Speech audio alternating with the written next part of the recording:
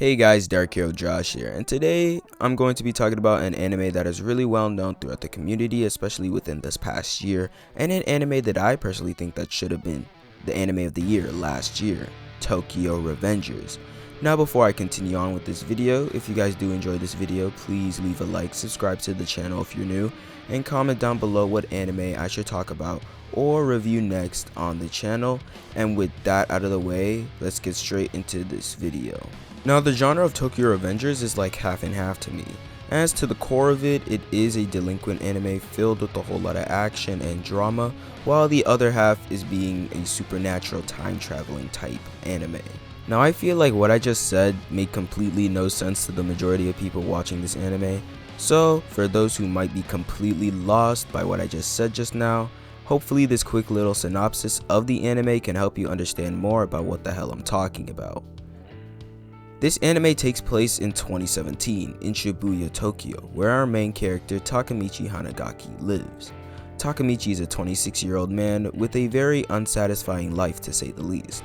Like honestly, I'd be upset too if I had to work under someone younger than me at a convenience store, but that's besides the point.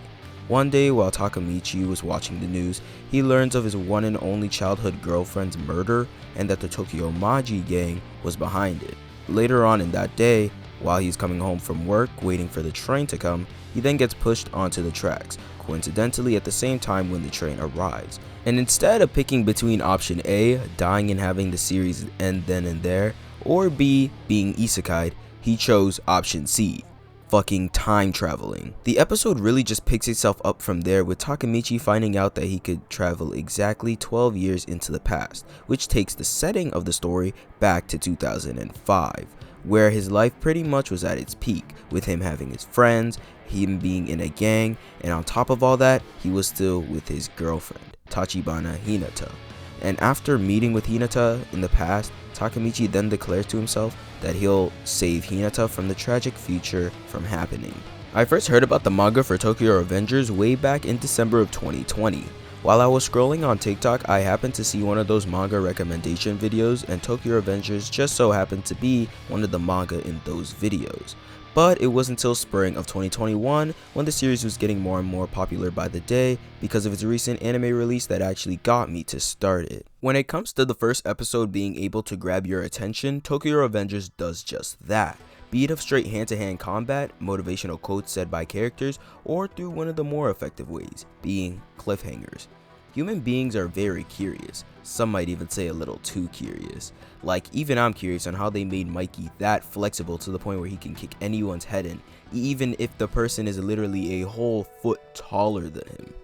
Anyways, being able to use cliffhangers that actually work on us viewers to the point where we're literally dying to see what happens in the next episode is one thing, but it's a whole different story if the amount and consistency of the cliffhangers happen in almost every other episode.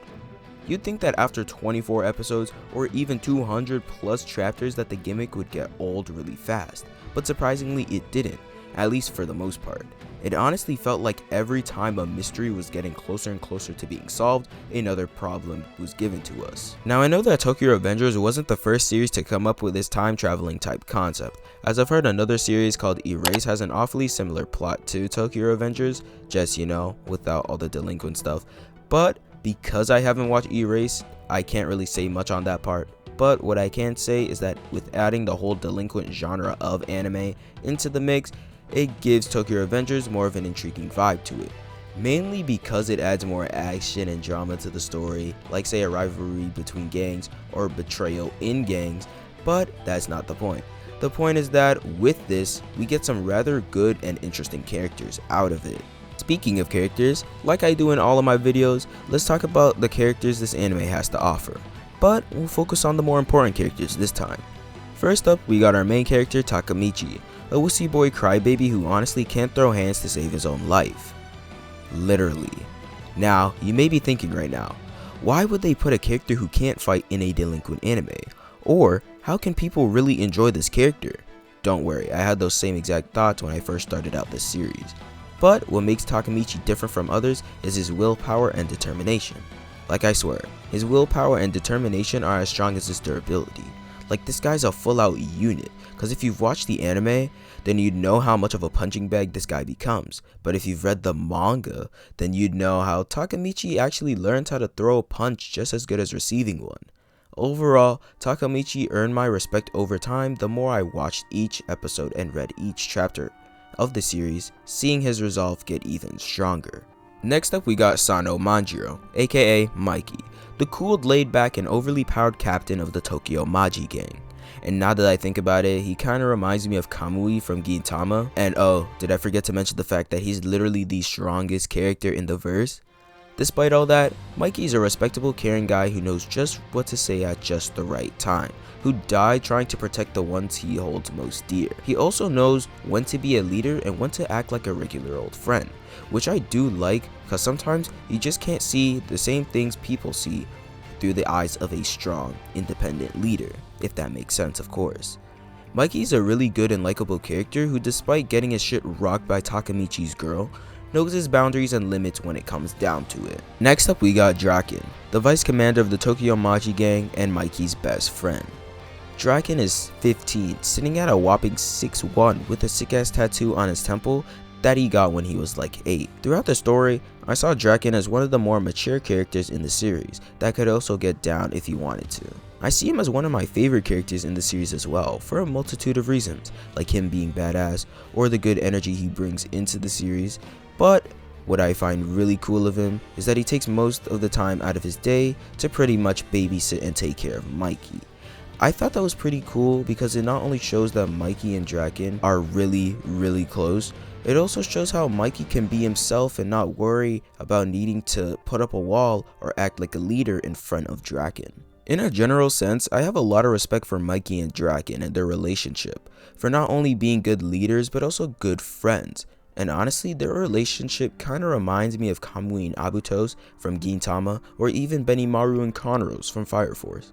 The captain being the more calm, laid back, and OP character who'd rather do things their way, and the vice captain, aka lieutenant, kinda being their caretaker or parental figure for the captain, or whatever you'd like to think of the relationship as. I'ma leave that one to you guys in the comments.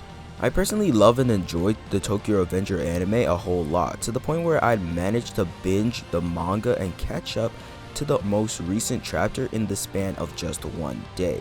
Tokyo Revengers is definitely an entertaining series with a whole lot of fighting and a whole lot of stories to back it up, with characters you might get attached to sooner than you think. I highly recommend this series, as I thought that it brung something a bit different to the table, as well as it being a good starter anime to watch. If you enjoyed this video, please leave a like, subscribe to the channel if you're new for more anime reviews like this one, and comment down below what anime/manga should I review next on the channel. And without further ado, I hope you guys have a great day and see ya.